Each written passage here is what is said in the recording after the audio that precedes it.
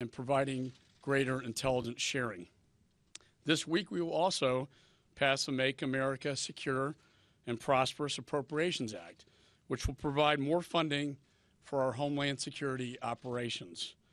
I would also like to recognize, as a Texan and an American, the relief efforts of our first responders in Hurricanes Harvey and Irma.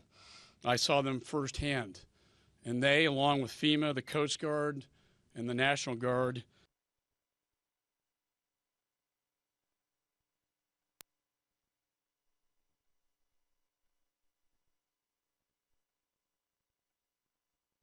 and private citizens in Operation Dunkirk, we called it, in private boats, saved countless lives. And I saw it personally. 15,000 lives were saved in the state of Texas, and thousands are being saved right now as I speak in Florida. I'd also like to recognize the volunteers, the churches, the shelters that I went to who provide compassion in a time of need. And out of these tragedies will come great acts of heroism and kindness. So today, our thoughts and prayers are with these victims and their families. Thank you. Good morning, and thank you, Chairman McCall, for your leadership and leadership team here for your quick and swift action as we've all been dealing with some challenges. First, I want to say a few words about the hurricanes and their impact on Georgia. I want to thank President Trump for his swift response and Governor Deal and his leadership team for how they have helped all of Georgians through this time. Georgia now stands united with Texans and Floridians and all of the Southeast as we begin a great rebuilding effort. We have a lot of flooding, a lot of damage, and a lot of downed trees and a lot to clean up in the weeks and the months ahead. But our heart aches with the many families who have lost loved ones during this difficult time. But I do want to highlight a couple of extraordinary responses that have happened in Georgia. We've had an amazing team of Georgians who get together and support one another, neighbors supporting neighbors and helping through this time.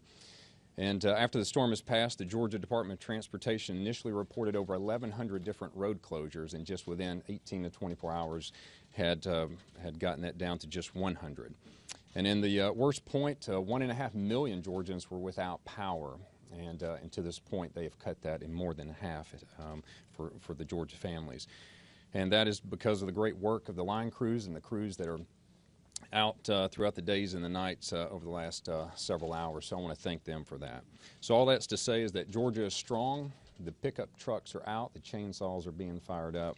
And we're ready to take part in this great American recovery effort. So I've also been asked to talk about the Make America Secure and Prosperous Act that we intend to finish this week. I have to give credit to the members standing up here today. These leaders decided to go big, and that's what we're doing. They had faith in Chairman Freeling-Heisen and the committee members to get the job done. By the end of this week, the House will be the first Republican majority since 2004 to pass all 12 appropriation bills on time. And this bill is true to its name, and it's true to our principles. We make America safe by funding our military and securing our borders. We'll make Americans prosperous by restoring our financial freedom so all Americans can earn a living and achieve their dreams.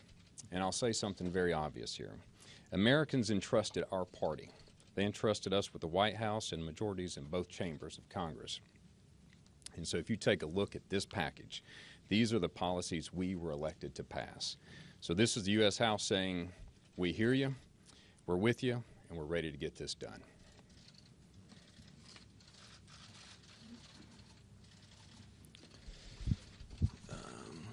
I first want to address something that Representative Gutierrez said at the end of last week about White House Chief of Staff General John Kelly. We all know General Kelly is a retired general and the highest-ranking service member to have ever lost a child in battle. General Kelly has served his country in the Marines. He is serving his country again in this administration. He is truly an American patriot. Now, what is disgraceful is to attack the character of such an honorable man who has dedicated his life to serving this country and whose family gave the ultimate sacrifice. I believe Representative Gutierrez owes General Kelly and his family an apology.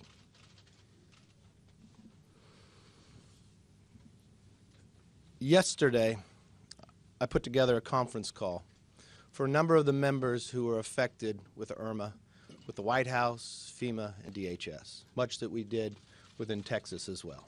I don't think this country has seen two major devastations like this so back to back. But the preparedness of the first responders to not even have the rest to be able to go down into Florida and Georgia to rescue those individuals, this country owes a deep debt of gratitude to. And this Congress will continue to act to be able to be there and help rebuild those that have been affected. Now on this floor, we're going to do something many of you never believed we could achieve. I want to give you a few quotes of, I looked back.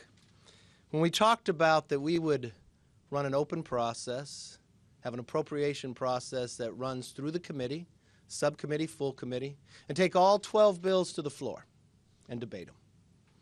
Some of the comments said it was complete fiction, to not anytime soon, to the full reporting series of James R. Stable it, because it's spinning.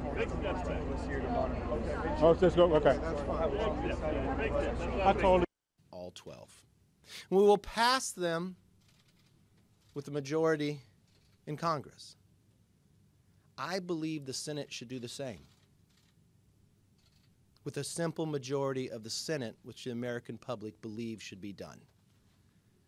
If they believe the House has the authority with the appropriations to pass it with the majority, the Senate should waive the 60 rule and pass it with a simple majority and take it to the President's desk.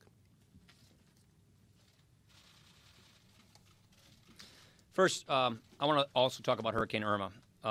Our hearts go out to the people who've lost family members. People are in the midst of responding right now. A lot of people haven't even gotten back to their homes to see what the status is. So there are millions of people who are still without power, and there are millions of people who are still finding out what's happening in their communities. And if the anniversary of 9/11 and the human response to Hurricane Harvey have reminded us anything, it is that no matter the tragedy, our country is a resilient country. Americans are resilient. Americans pitch in and help each other. And so I think what we're witnessing just this week, whether it's Harvey or Irma or the anniversary of 9/11, is that we pitch in together and help one another. And that is on display in Texas, in Georgia, in Florida, and all across this country. And I think it's just important that we take a little pause and see and recognize that so that we can nurture, preserve, and extend that and teach it to our kids. We're compassionate people, and we rise up to help each other. Now, we're going to continue to support Florida, Texas, and the other states affected by these natural disasters. And obviously, we've got a ways to go to understand the full extent of this, and we're waiting to hear from OMB as to what needs will be needed as time goes on. This week, I want to echo what the majority leader said. This week, the House is going to vote on all of the appropriation bills. This week, the House is going to vote on all of the appropriation bills before the fiscal year deadline. To people who don't pay attention to this process, that sounds like a normal, no big deal thing. Hadn't been done in a long time. So the House of Representatives is doing its work. The House of Representatives is doing its job, and the House of Representatives is bringing all of these appropriation bills on budget, on time, and that is an historic achievement. And I want to thank the Appropriations Committee for doing this, for making that done. We are fully funding the President's request to build a wall along our southern border. We're beefing up our enforcement against illegal immigration. It's a huge victory for so many different conservative priorities. The legislation includes strong protections for life. It rolls back regulations and eliminates dozens of government programs that are outdated and dysfunctional. This bill secures our national defense. It protects our citizens here at home. It gives our service members a much-desired and much-earned pay raise. When I became Speaker, I made a commitment to regular order, to working with both sides of the aisle, to spend taxpayers the right way, and to go through regular order, and that's exactly what we are doing. Each one of these bills went through subcommittee, went through full committee, is now on the floor, and went through hundreds of amendments. I want to thank Chairman Rodney Frelinghuysen and his entire committee for their fantastic work on this. Next up, we need the Senate and the Senate Democrats to work with us to get these appropriation bills passed and put them on the President's desk. Anybody got any questions? Kayla. Oh, hang on. Camera guy knocked that.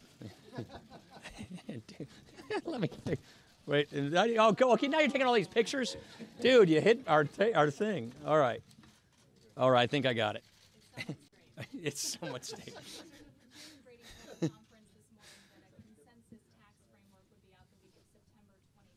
Right. That's consensus among the big six. Is there consensus among the Republican Congress? Yeah, so what Chairman Brady announced to our members this morning is that on the week of the 25th, September 25th, there's going to be an outline that is released which reflects the consensus of the tax writing committees, Ways and Means and Finance, and the administration. And so what Chairman Brady laid out is the ongoing process for comprehensive tax reform and tax cuts for middle-class families this year. And it starts with the outline that will be released the 25th, and then the tax writing committees are going to take feedback and input, and then they're going to go produce their bills in the weeks ahead. And so this is the beginning of the process. It's the beginning of a very important process to achieve for the first time in a generation overhauling our tax system and giving middle-class families a much-deserved break. And so this is really the consensus of the tax writers themselves, so that we're working on the same page. The whole point of all of this is the House, the Senate, and the White House are starting from the same page and the same outline, and then the tax writers are going to take it from there on the details. Will there be Democratic votes needed in the House, though? I mean, where are you? Well, I would love to have the Democrats supporting and working with us in a constructive way on tax reform, but we're going to do it no matter what. Yeah. Democrats have been pretty clear that when it comes to DACA, any type of funding for a physical wall would not be part of the deal. I know it's early. I know the meetings are just starting right now, but is there a sense going into this that funding for a wall or anything related Look, to a wall is off? we're not going to sit here and negotiate through the media, but let me just be really, really clear. DACA is a symptom of a bigger problem, which is we do not have control of our borders. So while we deal with DACA, which is something that the president has asked us to deal with in Congress, we also have to deal with the problem in the first place, securing our borders, enforcing our laws, so that we don't have another DACA problem 10 years down the road. It's just that clear. That's so common sense and so reasonable, and that is basically what the president has asked us to do. And so we're going to start engaging in these conversations with all of our members all across the Capitol, because that's what the president has asked us to do, is Congress get on top of this issue. And by getting on top of this issue, that means not just a narrow fix for the moment, but it's actually fixing some of the underlying problems that created this problem in the first place. Casey. You were somebody who's built your career on tax reform policy issues. The president is now sitting down, cut a deal last week with Democrats. He's having them over for dinner to talk about this. Are you still confident? Do you trust that this president is going to push for conservative tax reform? Yes, I am. Last question. Jonathan. About this outline that's coming out at the end of the month, right now the government's scheduled to take in about $43 trillion over the next 10 years. Will this outline answer whether that will be I'm not going to get into the baseline issues. That's something up for the budget resolutions and the budget committees. What the committees are working on are the outlines of what a new tax system needs to look like. And what that outline reflects is the consensus of the tax writers and the administration, which is the basic template that then the tax writing committees will work on in filling out those details. Thank you, everybody.